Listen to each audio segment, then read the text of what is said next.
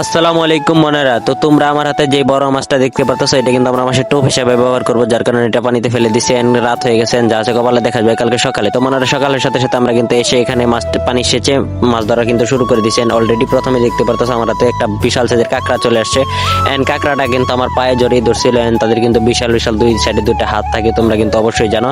And এই হাতগুলো দিয়ে কিন্তু স্টিলকে ভেঙে ফেলা সম্ভব আমি মনে করি, কারণ এই কাঁকড়াটা অনেকবার আমার হাতে কামড় দিয়েছে। তো এখানে দেখতে পারতেছো আমার বুটটা কিন্তু ছিঁড়ে ফেলেছে। তো এই মাছটাকে রেখে দেওয়ার পরে এখানে চলে আসছেন। এখানে আসার পরে দেখতে পারতেছো সামুদ্রিক একটা পিরানহা পেয়ে গেছি। তো এই মাছটাকে আমরা রেখে দেবো। এই মাছটার কিন্তু বিশাল সাইজের দাঁত হয়ে থাকে, এই যে তোমরা দেখতেই পারছো এই মাছটার কি বড় বড় দাঁত, মানুষের মতো কিন্তু দাঁত হয়ে থাকে।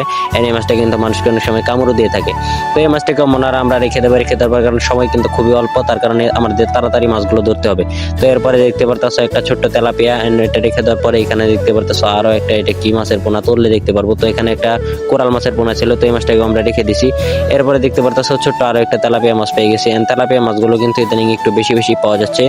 যারা যারা তেলাপিয়া মাছ খাও অবশ্যই কিন্তু কমেন্ট বক্সে বলে যাবা। তো এই তেলাপিয়া মাছটা রেখে দেওয়ার পরে এখানে দেখতে পারতেছো সামুদ্রিক একটা বিশাল সাইজের মাছ পেয়ে গেছি, কিন্তু এই মাছটার নাম কি আমি জানি না, আদৌ আজকে প্রথম দেখলাম। তো যাই হোক, সেটা বাজারে নিয়ে দেখবো, যার কারণে মাছটাকে আমরা রেখে দিছি।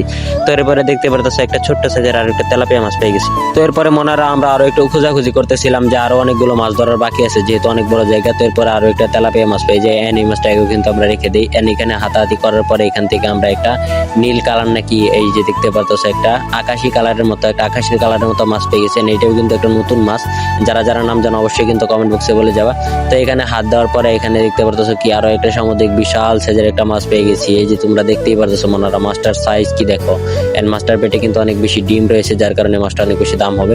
এরপরে দেখতে পারতেছো আর একটা বিশাল সাইজের অক্টোপাসটাকে কিন্তু আমরা টেনে ছাড়াতে পারছিলাম না, কারণ অক্টোপাসের কিন্তু অনেকগুলো হাত দিয়ে পাথরের সাথে ধরে থাকেন, হাতের সাথে ধরলেও কিন্তু সেটা আটকে যায়। যাই হোক, আমরা এটা প্রত্যেক দিনই ধরি, তাই এটা আমাদের কাছে কোনো ব্যাপার না। তো এটা আমরা রেখে দিই। কারা কারা অক্টোপাস ভয় পাও অবশ্যই কিন্তু আমাকে কমেন্ট বক্সে বলবেন, যারা পছন্দ করে তারা বলবা। এরপরে দেখতে পারতেছো একটা বিশাল সাইজের একটা, মোটামুটি বিশাল বললে ভুল হবে, একটা ইল মাছ পেয়ে গেছি। দেশি ইল, এটা দেখিয়ে বোঝা যাচ্ছে, তাই এটা আর বিক্রি করবো না, আমি নিজেই খেয়ে নেবো।